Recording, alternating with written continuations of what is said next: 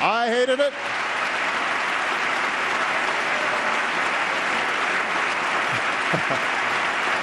I hated it. I hated it. You hated it. It was about as popular as a root canal. But when I ran for president, I promised I wouldn't just do what was popular. I would do what was necessary. And if we had allowed the meltdown of the financial system, unemployment might be double what it is today. More businesses would certainly have closed. More homes would have surely been lost. So I supported the last administration's efforts to create the Financial Rescue Program. And when we took that program over, we made it more transparent and more accountable. And as a result, the markets are now stabilized, and we've recovered most of the money we spent on the banks.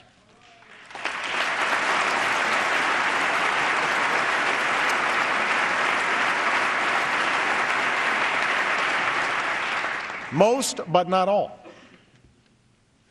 To recover the rest, I've proposed a fee on the biggest banks. Now,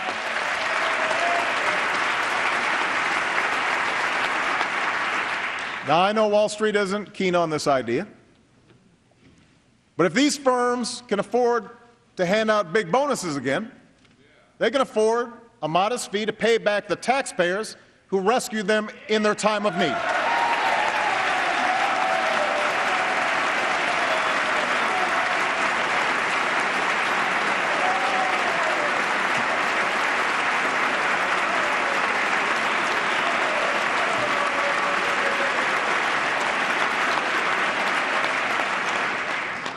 Now, as we stabilized the financial system, we also took steps to get our economy growing again, save as many jobs as possible, and help Americans who'd become unemployed. That's why we extended or increased unemployment benefits for more than 18 million Americans, made health insurance 65% cheaper for families who get their coverage through COBRA, and passed 25 different tax cuts. Now, let me repeat. We cut taxes. We cut taxes for 95% of working families. We cut taxes for small businesses. We cut taxes for first-time home buyers. We cut taxes for parents trying to care for their children. We cut taxes for 8 million Americans paying for college.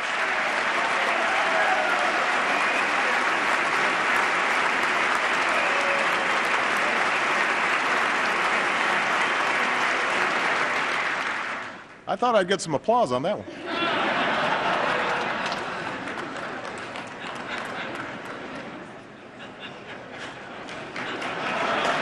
As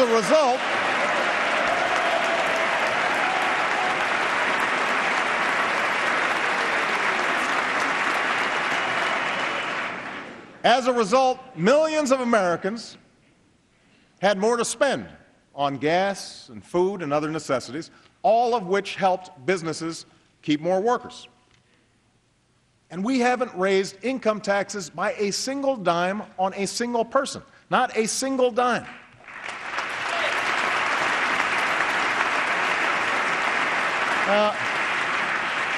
Because of the steps we took, there are about 2 million Americans working right now who would otherwise be unemployed.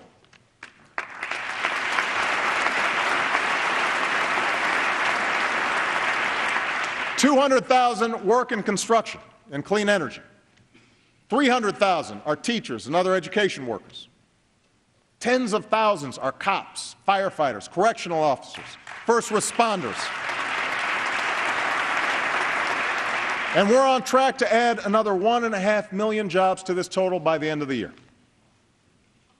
The plan that has made all of this possible, from the tax cuts to the jobs, is the Recovery Act. That's right. The Recovery Act, also known as the stimulus bill.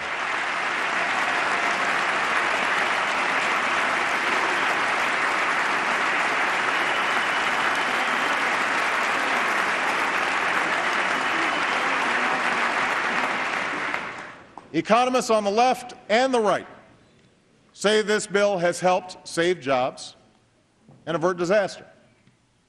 But you don't have to take their word for it.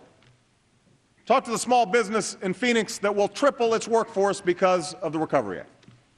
Talk to the window manufacturer in Philadelphia who said he used to be skeptical about the Recovery Act until he had to add 2 more work shifts just because of the business it created. Talk to the single teacher raising 2 kids who was told by her principal in the last week of school that because of the Recovery Act, she wouldn't be laid off after all.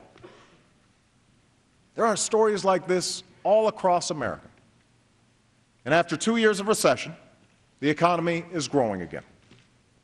Retirement funds have started to gain back some of their value. Businesses are beginning to invest again. And slowly, some are starting to hire again. But I realize that for every success story, there are other stories of men and women who wake up with the anguish of not knowing where their next paycheck will come from, who send out resumes week after week and hear nothing in response. That is why jobs must be our #1 focus in 2010, and that's why I'm calling for a new jobs bill tonight.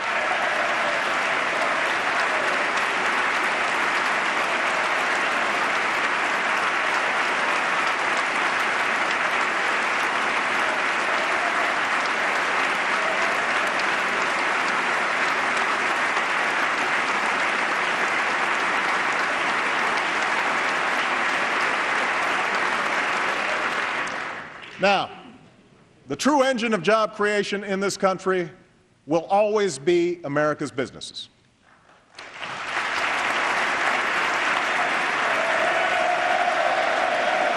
I agree. Absolutely. But government can create the conditions necessary for businesses to expand and hire more workers. We should start where most new jobs do, in small businesses. Companies that begin when an entrepreneur takes a chance on a dream or a worker decides it's time she became her own boss. Through sheer grit and determination, these companies have weathered the recession and they're ready to grow. But when you talk to small business owners in places like Allentown, Pennsylvania, or Elyria, Ohio, you find out that even though banks on Wall Street are lending again, they're mostly lending to bigger companies. Financing remains difficult for small business owners across the country, even those that are making a profit.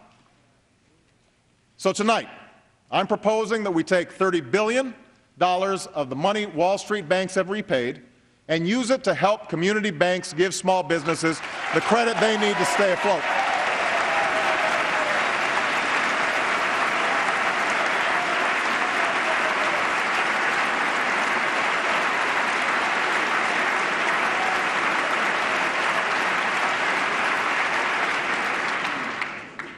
I'm also proposing a new small business tax credit, one that will go to over 1 million small businesses